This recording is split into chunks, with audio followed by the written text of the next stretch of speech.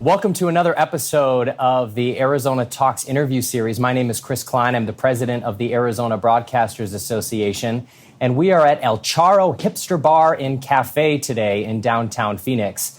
Arizona Talks and this interview series is all about breaking down barriers and just having real conversations with politicians in our communities, trying to have less partisanship and more conversation to really focus in on the issues. And today we are incredibly lucky to have with us Arizona State Senator and Republican leader Paul Boyer. Thank you so much for taking some time for us today in this really cool spot. Isn't it? Yeah, and absolutely. Thanks for having me. Our pleasure. One of the fun things about this interview series is we intentionally try to take it out of a formal setting because we want these things to be a conversation. We're going to talk a lot of politics today, I'm sure.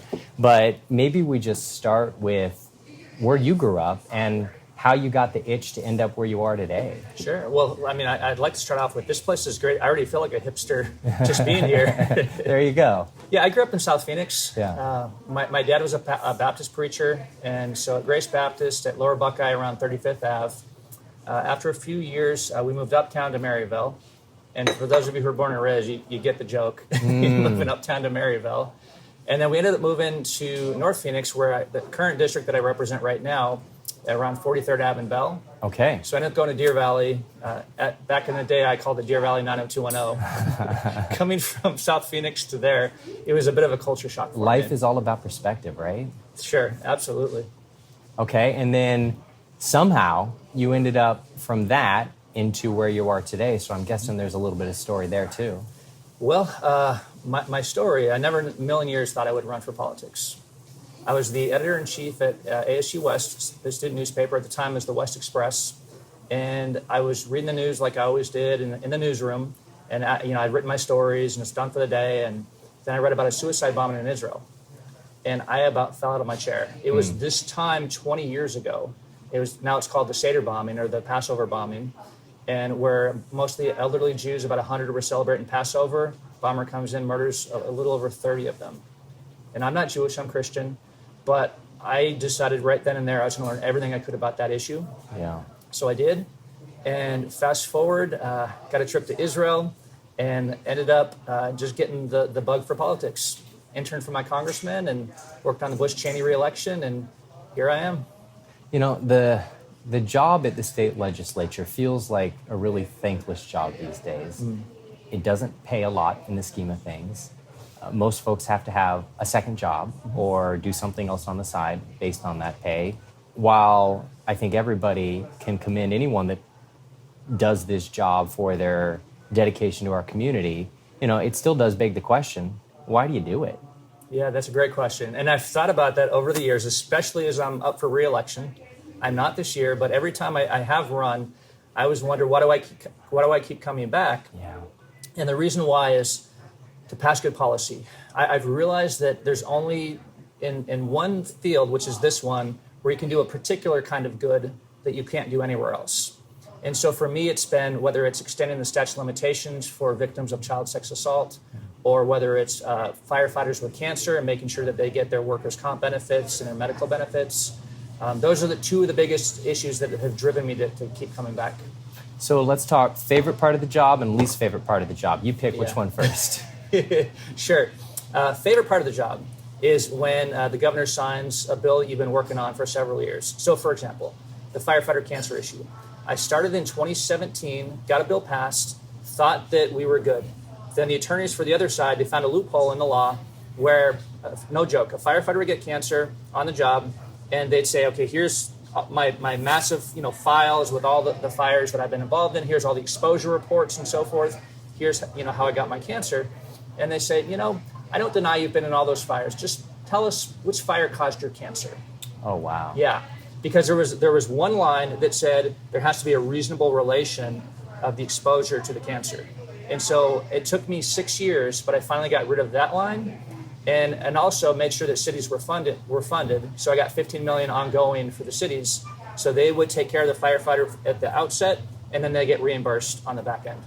Got it. Worst part? Oh, sure. The worst part. You can't get out of that one. Yeah. It's just frustrating sometimes. I mean, when members are mad at you because, you're not towing the party line, they think, oh, well, you're a Republican, so therefore you have to support the Republican plan, whatever it is, and not think through, well, is it a good idea? And so that's frustrating. And sometimes when there's a narrative about you, like, for example, last year, when I was the only Republican to vote no on putting the county board of supervisors in jail. And so there's this narrative out there that I didn't support election integrity. Well, no, I didn't want to put somebody in jail for following the law. And so it's things like that where you can't either defend yourself, or if you do, it's not on a large enough scale. I mean, there was a national narrative. I was getting phone calls from Ireland and Canada, and I always thought Canadians were really nice. Yeah. And chewing me out, leaving me voicemails saying, I'm not for election integrity. Oh, man. That has to be another part of the job that just can't be a lot of fun, right? You make a decision regardless of whether or not people agree with it, and then you face phone calls and angry emails, and I'm guessing you sense more of that today than you did when you first started. Oh, this term in particular has probably been the most rancorous, the most toxic term I've ever had. Yeah. And back to maybe the part of the negative part, just reminded me, if you want to do this job well, you're reading every single bill before caucus, before bills go on the board, and you don't want to ever have that moment where I wish I would have voted differently. Talking a little bit more about the negatives, when you get death threats, it doesn't matter what side of the aisle you're on, I can't imagine what that feels like. Yeah. But maybe you can help us get a little window into how you cope with that. It was probably the hardest thing I've ever had to think about. And it wasn't just because of me. My wife and at the time, my 2-year-old son. Yeah. And thankfully, he was young enough where he didn't have a clue what was going on. He just knew that we weren't spending the night at home, and we were going on a field trip, or we were doing something different that night. And so just having to go home and grab just a few clothes, toothbrush for my wife, myself, and just realizing I didn't know where we were going to stay and how long it was going to take. And so just as a husband and as a father, just thinking that something I did, a vote that I took, which, by the way, I take it again, it was the right vote to take. But just thinking that was the vote that put me in this situation where I have to worry legitimately about the safety of my wife and son. What is the solution to something like that? How do we get out of the cycle where you probably now, even if you're going to make the vote the way you make the vote, have to think about before you make it, is this going to lead to me having to take my family to a hotel tonight? Yeah. I think it's a long-term solution. It's education. And part of it is what we're doing here. It's dialogue, and it's talking through issues and realizing that the other person isn't an enemy just because they might disagree with you on a tiny point of policy. Yeah. I don't think any of us that aren't in that position can ever fully understand what it feels like, but I would hope I would speak for everybody in the state when I say that ain't a way any of us want our politics to play, right? Yeah. Maybe we dive into a little bit of the issues. And this is an area where, the floor is yours. I'd be curious to know, when you look at the state of our state, what are the priorities, what are the challenges, what are the big ticket issues that you feel like are most pressing? And maybe you pick one to start, and we can dive in on 2 or 3 others if you want after that. I'd say that the number one issue facing the state right now, especially the city of Phoenix, is public safety. Now, there's not a whole lot that we can do at the state level because, cities are primarily the number one employer for police and for fire. However, last year's budget included a flat tax proposal that would have cut into the city's budget significantly on state shared revenue. And so myself and Representative Cook were able to protect that state shared revenue. They were getting 15% before last year, now they're at 18%, just to make sure that they can continue hiring officers and firefighters, just to make sure that the things that we take for granted, that when we call 911, if there's a fire, firefighters are showing up, there's a fire going on right now. Yeah. And also if someone's trying to break into our home, that the police officer is going to show up. And so just making sure that we're protecting city funding, I think that's significant, but also on the funding side as well, in education, going back to education, making sure that K-12, that they're getting the funding that they need just to keep and retain great teachers. Because all of the literature, if you read it, suggests that kids are successful all the way from K-12 for 2 primary reasons: parental involvement and that they have an excellent teacher in the classroom. Now, we can't legislate parental involvement, and we shouldn't even try to. But on the teacher side, I think we can do a lot. And really, teachers need a livable wage, and they need to know that, especially for teachers that are here in Phoenix, that they can get the heck out of Phoenix and out of the heat and at least enjoy themselves for the 2 months that they're off for the summer. I want to maybe talk a little bit more about the public safety piece of that puzzle. Is there something that you feel like has changed recently, or why is that funding at risk? So there's a level of hatred and disrespect, especially towards police officers, that I've never seen before. And I don't know how to fix that. I wish I did. But I mean, my brother-in-law is a police officer, and I mean, I've always respected and loved police and fire as a kid. I mean, I grew up blue collar, and that was just two noble professions that you always look up to. And sadly, I don't think it's there the way it should be.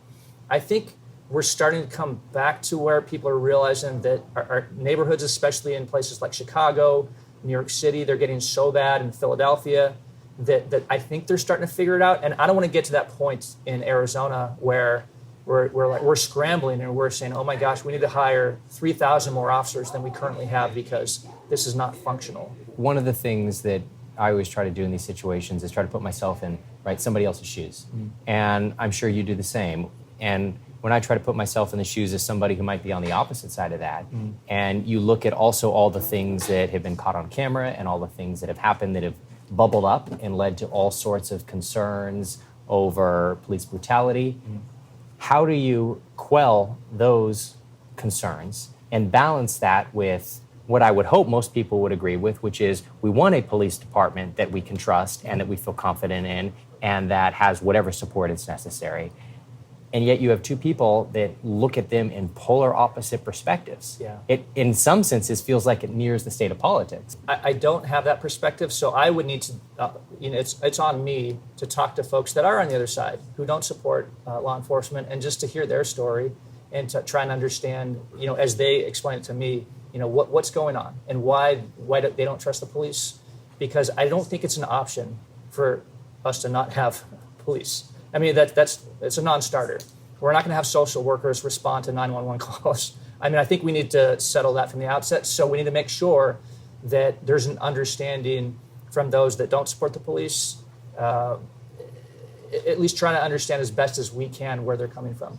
I'm guessing that you got colleagues in the legislature on both sides of the aisle that you talk to on a regular basis. So when you talk to your friends on the other side, what do they tell you about how they look at this issue? They want to do whatever they can to support the police, and I'm with them 100%. And so, like, for example, you've got John Kavanaugh has a bill right now that says you can't film police except from 8 feet away.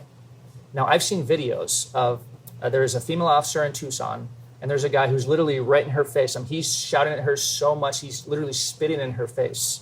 And I don't know how she has so much restraint, because if it was me, I would have clocked the guy. And she's just trying to, the area's cordoned off. There was a crime scene, and she's trying to, do whatever it is that officers do to investigate and get all the information they need. And they call them First Amendment auditors, but it's not really an audit. It's more of just a chance to berate and yell and scream at the police as they're trying to do their jobs. What do you look at as the solutions? I know you talked about the importance of funding, but if we do live in this world where you've got people that are coming at it from different sides, funding doesn't necessarily ease those tensions. Yeah, I think there's a direct connection. So a city of Philadelphia, roughly the same size as the city of Phoenix, they have 3,000 more officers than Phoenix does.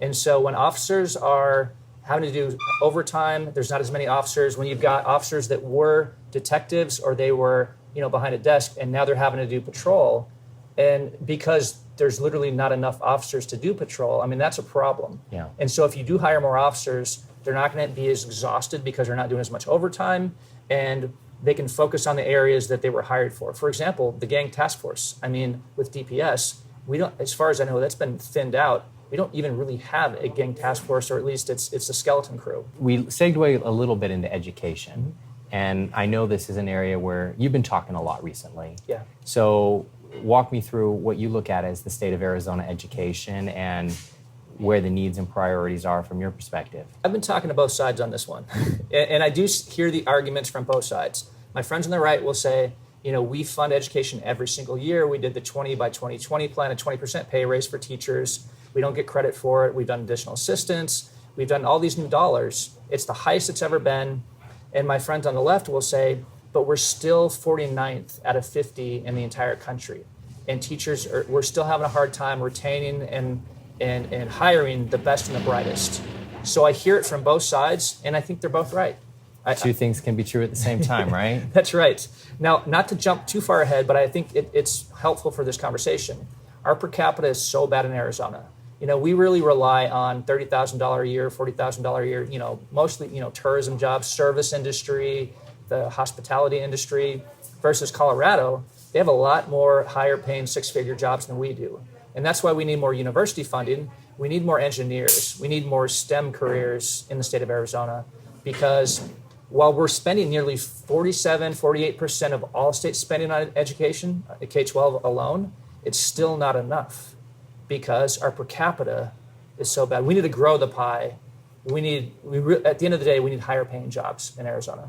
What I'm hearing you say is the way to do that is to make sure that we're exposing kids to more career paths and trying to get them into some of these STEM career paths and thus lead to higher paying jobs, which, as an outsider that doesn't live in the world you do and look at all the data, seems like that's a way to grow the overall society. Yeah, absolutely. Now, for the record, not to nuance it even further, I still think... You mean it's complicated? It is complicated. I still think that for any student that decides to take a career in technical education and pursue that route, I still think they need a liberal education, not the political term liberal, but a liberating from the Latin liber, right? They still need Homer and Dostoevsky and Dickens and, the classical tradition. I really think they do. And I'm just going to go there because it's not terribly popular with some of my colleagues. I'm ready for it. But I went to a lecture the other night at ASU, and the talk was, is the purpose of a university for knowledge or for social justice? Now, the presenter, the speaker, he said from the outset, it's a malformed question. It's a terrible question. And I told him in the Q&A after that I'm glad I'm not the only one that thought that. Yeah. Because my argument is the university in particular, and I think also K-12, is the end goal, the telos, the Greek word, for its own sake, not for the sake of something else, not just for the sake of a job or not just for the sake of knowledge, but what is the ultimate end of education? And I think the means are virtue with the end goal, self-governance, that the student wouldn't need external laws, they wouldn't need an external authority, but they can govern themselves. That's what I believe the end of an education is. In layman's terms, what does that look like? Well, I think that we should be teaching Plato to plumbers. I think that... Okay, that is breaking it down, yeah. Because not only will they be able to have critical thinking, but they'll be a more moral person. And so when they're doing their job, they're not going to, look the other way and not do it properly or charge them an arm and a leg for something that, for myself, I don't do plumbing, I don't do electric. Those are two things at the house that I don't do. Yep. And I could be ripped off and I wouldn't even know it. So that's why I think every profession needs some kind of a critical thinking type education. And also, I really think a moral formation type education, because it makes the person a better, well-formed, more complete person. Isn't that something that theoretically a young person would start to find before university? One would hope so. It's not always the case, though. So here's my proposal. I think every kid should have a classical education. It's getting a comeback, at least at the K-12 level. There really is a renaissance nationally in classical education. Let me give you one example. Plato's Republic. It's the first work that I know of that talks about the four cardinal virtues: temperance, courage, wisdom, and justice. Okay. Now, I think we can all agree that those are all four good things. I would hope everybody agrees. I hope so. I don't know in the world we live in today, but I would hope. Yeah, that's right. But if we're at least talking about that and kids are dialoguing about, okay, what does it mean to be a just human being? And what does it mean to have wisdom? And maybe I should be more moderate in my approach to whatever it is, whether it's gaming or vaping or whatever. And also, what does it mean to have courage? And if you ask Aristotle, that's a very complicated formula. Are you ready for this?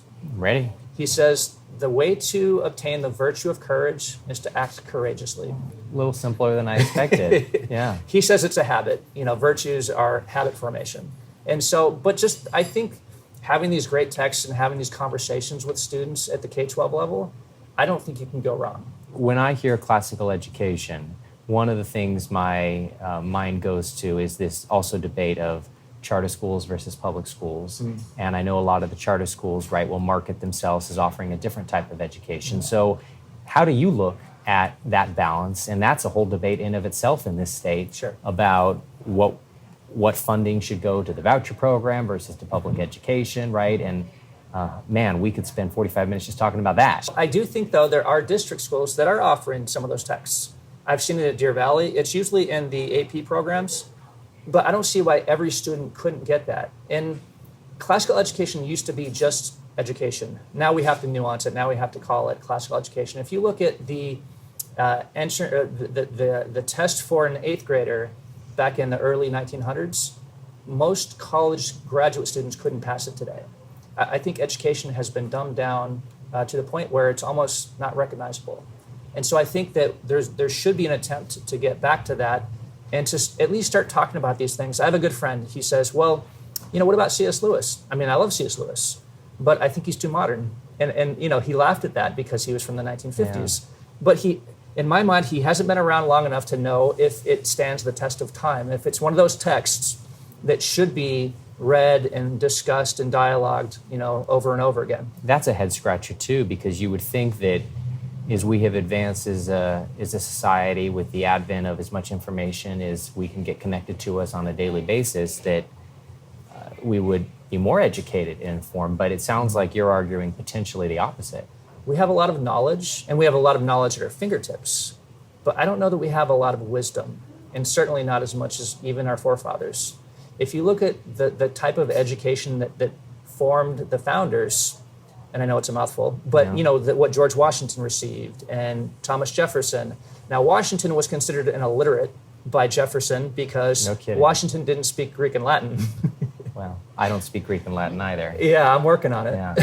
So one of the things I pick up on is that you look at education from 1900 as very different from the education of 2022. There's a huge difference between knowledge and wisdom. I mean, there's knowledge at our fingertips. We can Google anything. Mm-hmm. If you read, if you're a careful reader of the Socratic dialogues, I think Socrates would be opposed to Google.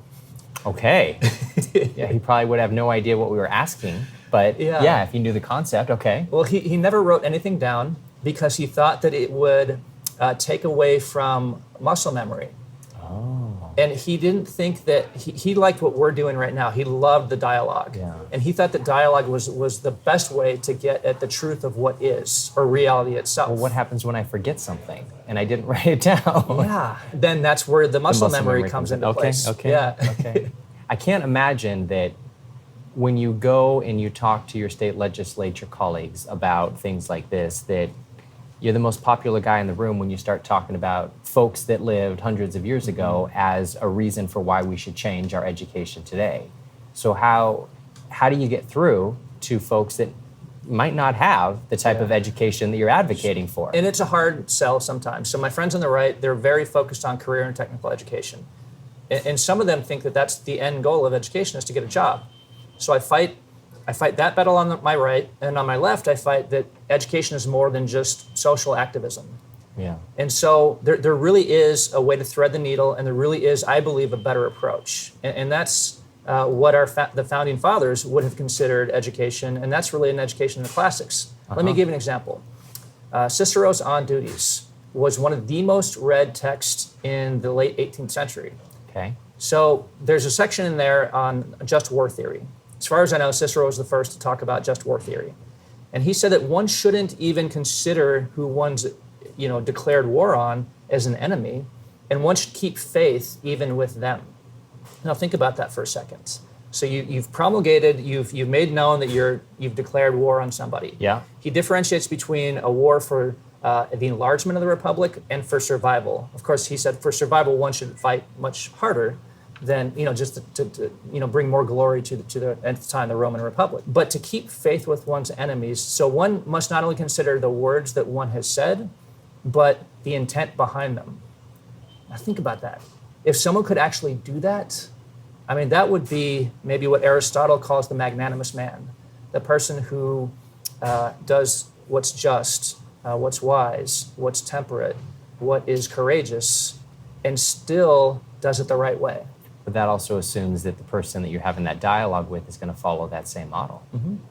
And that's the problem, of course. Machiavelli comes along in the 15th century, and in my opinion, he messes everything up. Because he says that, one should pretend to have all of the classical virtues. One should feign righteousness, pretend to be a good man, but meanwhile, you're poisoning and you're murdering and you're doing whatever you can to get ahead and to maintain power. So sure, so you're always going to deal with people like that are only there, they're only in it for the power, or to maintain power. But I still think that you can do it the right way and come out on top. I mean, Cicero's a great example, right? Machiavelli was a failure. Most people don't know that. He was imprisoned. He wrote The Prince. The guy he wrote it to never read it, and he never got a job from the guy.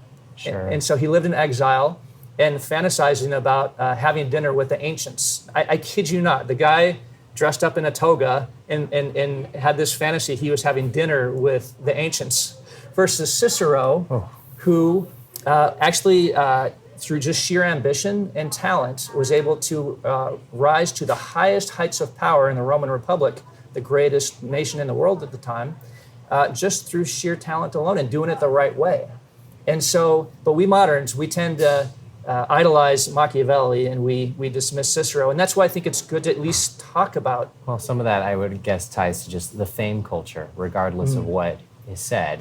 And maybe we can bring this all home, because you talk a lot about the importance of bringing that classical education back, bringing the critical thinking skills back, allowing folks to really analyze what they're doing and why. So my question is, how do we do that in Arizona? And tangibly, what does that look like aside from saying, let's just throw more money at it? If you're talking about the Arizona citizenry as a whole, I mean, I think, again, the long-term game is education.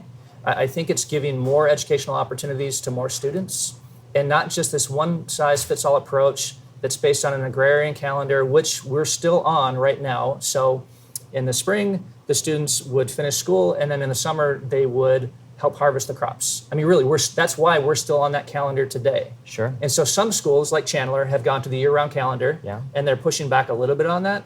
And so I think it's giving more opportunities based on a student's interests and needs. I really think that's the long-term plan. But as far as convincing my colleagues of that, what that looks like what would a bill look like that does this? Is that moving public schools to a year-round model, or is that changing the base education curriculums, or is that giving parents more flexibility with vouchers? That's what I'm trying to, in my head, wrap my brain around. Well, the legislature shouldn't be setting the school calendar, first off. I mean, we really need to continue. We're our local control state. Yep. But we at least need to give districts the freedom to make those kinds of decisions. And they don't have that freedom. No, they do. Right now. They do have that freedom right now. Okay. And some of them do, but not all of them do. And so for me, it's more of just making the case to schools and protecting and talking up the schools that do provide different kinds of, in my opinion, in some cases, better types of education, because if nobody knows about it, then it's no good. Or if there's such a long wait list and your kid can't get in, then that's a problem as well. Well, I told you we would cover a couple of issues, right? I could run on a laundry list of issues that I hear about from folks, but it's your interview, so you tell me what else you want to talk about. I want to talk about fire districts. Okay. Nobody knows about fire districts. Let's learn. Yeah, well, we live in the state of Maricopa, as my colleagues like to call it, especially my rural colleagues. So, I mean, obviously, this is a joke, but, Phoenix is a major metropolitan area, the biggest. Then you've got Tucson and even Flagstaff to some extent. Yeah, there's a giant county. That's right. But there's 144 fire districts in the entire state of Arizona. When you leave Phoenix, you're in a fire district. They were devastated by COVID. And so because they're a special taxing district, they didn't get a single dime of any of the federal bailout dollars under the Trump administration and currently under the Biden administration with ARPA dollars. Okay. They were left behind, and it was the thing where, in some ways, they're a victim of their own success. So if you call 911 in any rural part of Arizona and you break an ankle, you have a heart attack, whatever, I mean, you're going to get an answer. It might take a while, though, because it's rural Arizona. And they've been so devastated where the federal guidelines, the NFPA says that every firefighter, you should have 4 firefighters on a truck. In some cases, there's only 2. They're not legally allowed to go into a burning building if there's only 2 firefighters. Think about that, right? If one goes down and you need at least 2 guys to bring them out. And so, or medical calls, I mean, it's taking, in some cases, it could take up to an hour. My concern is if someone's either traveling from Phoenix to somewhere throughout the state of Arizona, I go to the Grand Canyon a lot, so I'm in a rural fire district, or someone's visiting from out of state or out of the country, and if they call 911 and nobody shows up for some time, I mean, that's a legitimate concern. Mm-hmm. And so I have a sales tax referral. Nobody likes taxes, I get it. But I have a sales tax referral that Arizona voters would vote on if I'm successful at getting it out of the legislature that adds 1/10 of a penny on the TPT or the sales tax. Okay. So in other words, nobody would notice the difference. 1/10 of a penny or 1 penny for every $10. Okay. But what it would do statewide is raise about $150 million, most of which would go to rural fire districts. So my concern is if we don't do this, that fire districts are going to shut down, that 1 hour response time could lead to 5 or 6 hours. So how are the fire districts funded right now? Property taxes. Okay. So residential and commercial. But think about it, there's not a whole lot of commercial in some of these areas. They don't get any from commercial, and they're capped at it's 3.25% on residential property tax. Is this an issue that you look at as directly tied to COVID, or has this been an ongoing issue just exacerbated by COVID? It's been exacerbated, but there were 2 COVID line of duty deaths from firefighters. And so the law says on the workers' comp side, not only do you pay for all of the funeral and so forth, but you take care of the widow and the children if there are any. I see. And so I know one of those cases was $1 million. And so as you can imagine, I mean, if there's more cases like this, that really eats into, that jacks up the workers' comp rates that they're having to pay. On that front, you're advocating for more funding so that whenever any of us that live in Phoenix leave the metro area, we can expect response times that are similar to what we're used to. And then for the many folks that live outside of Phoenix, that those response times are higher. That's right. Or lower, I lower, guess, yeah, so to that's speak. right. Okay. Well, that would seem like something that everyone would want to get behind. So I'm guessing, though, there are obstacles. Is the obstacle purely where the money comes from, or are there other obstacles? The number one obstacle is my name's on the bill. Okay. My colleagues are not entirely thrilled with me right now. And You're not the favorite Republican in the party? Yeah, who knew? So I have 10 bills in the House, not a single one has made it up on the board for a vote. Is there a path forward here? I sure hope so. Yeah. So I think part of that means we have to get the special session, the flat tax. I think we got to get out of the way. Once that breaks loose, then I think some of my bills hopefully will start getting an up or down vote. I mean, I do hear we got a pretty big surplus and we got a lot of cash at the state level. Yeah, that's right. But I'm guessing everybody's clamoring for their share too. They are. But here's a concern of mine, and it's a legitimate concern. So we could have a significant lawsuits in the state of Arizona if we don't respond to one of these calls, which could be much more expensive than any, what we'd raise in a sales tax referral. And the minimal amount that Arizona would pay in their sales tax. I don't want to trivialize this because we're talking about life and death, but you can make the risk reward case here pretty darn successfully too. Yeah, that's right. Okay.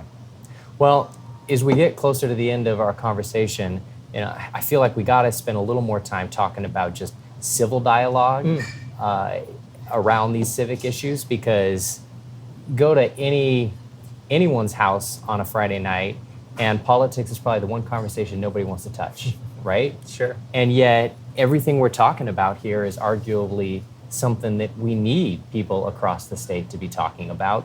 As someone with your experience, how do we as a society get back to a point where we can actually have a conversation without people losing their cool? Going back to Aristotle, if you want the virtue of courage, you act courageously. If you want the virtue of dialogue, you have to dialogue. You just have to do it, and you have to take the time, and you can't look at the other person as an enemy, and maybe they have some insight that you don't have, And even if you say at the end of the day you fundamentally disagree with them, but at least you better understand their arguments. And maybe you could even better dismantle it then. I mean, maybe that's the way you can look at it. I think it'd be hard for most folks to disagree with what you're saying, and yet here we are. Yeah. And it feels like that's one of those things that is easier said than done, especially when you can't necessarily get through to somebody that has a differing opinion from you, right? Whether you're on the left talking to someone on the right or the right talking to somebody on the left, sometimes it feels to me like we've got a big wall between us. Yeah. And no matter how politely or loudly or quietly we shout, that nothing seems to get through. And I can only imagine if that's what's happening for all of us normal folk, that's 100 times exacerbated with you and your colleagues. Members like to take credit for, doing big things, and they want to get reelected, and they want to put their name on something. And so I think it's not a populist approach, but term limits. So the one reason why I don't support term limits, at least at the local level, is if you find a good candidate, cling to them, make sure they get reelected, and help them to come back, because I can promise you the people that don't have term limits are lobbyists. Yeah. And they'll give you, the new guy, oh, hey, let's get, Boyer's a new guy, let's have him introduce this lame idea. They wouldn't say it that way. They'd say it's the most, the best idea since sliced bread. But you don't know as a new member that it's been introduced and it failed miserably, like the alt fuels crisis or scandal or other bad ideas. And so they've been around forever. Yeah. And so they can just give the new guy terrible ideas. Whereas I've been around, this is my 10th year, and I can spot a bad idea a mile away. And so I think the point is whether or not you are fine with term limits, but when you find a good candidate, help them get elected and do everything you can to make sure that they can come back when you know that they're doing the right things for the right reasons. You got any advice for me and everybody watching when we are at our dinner tables and we are talking to family and friends and we get that wall?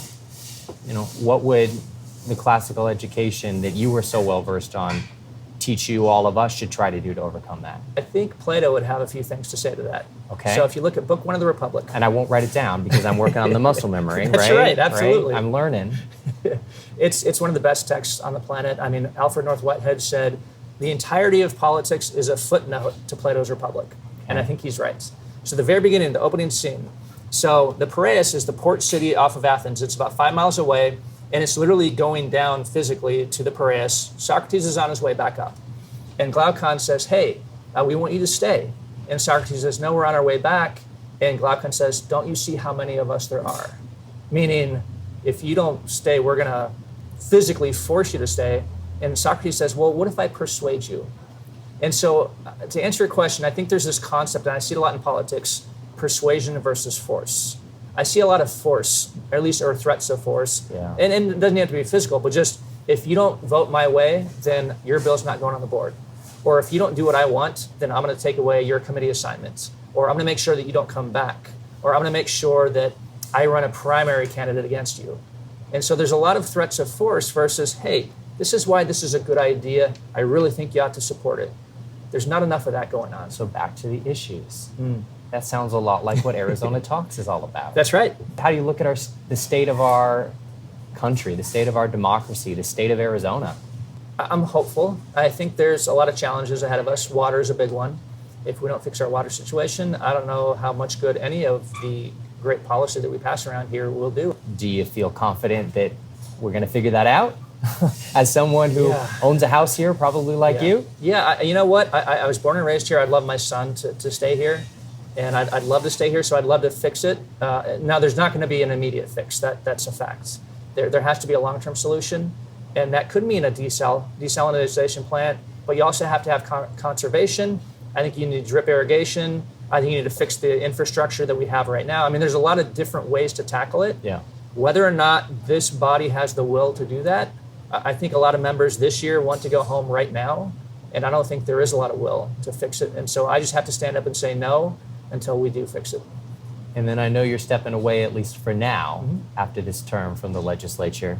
You coming back at some point? I tell my friends who read scripture, if the land needs a Sabbath after 7 years, I certainly need a political Sabbath after 10 years. Yeah. And after that, who knows? I mean, it could just be 2 years and then I come back, or it could be another decade. I have no idea. I truly have no idea at this point. But all I know is I'm going back to teaching at least for a year, and I can't wait. I would guess that you're probably going to be imparting some of that classical education on your students. Yeah, absolutely. Just a small guess. Yeah, that's right. Well, it's been a pleasure getting to know you. Thank you for taking 45 minutes or so to talk with us. For sure. Thank you so much. My pleasure. And if you'd like to learn more about what Arizona Talks is all about and engage in more conversations like this, just visit arizonatalks.org.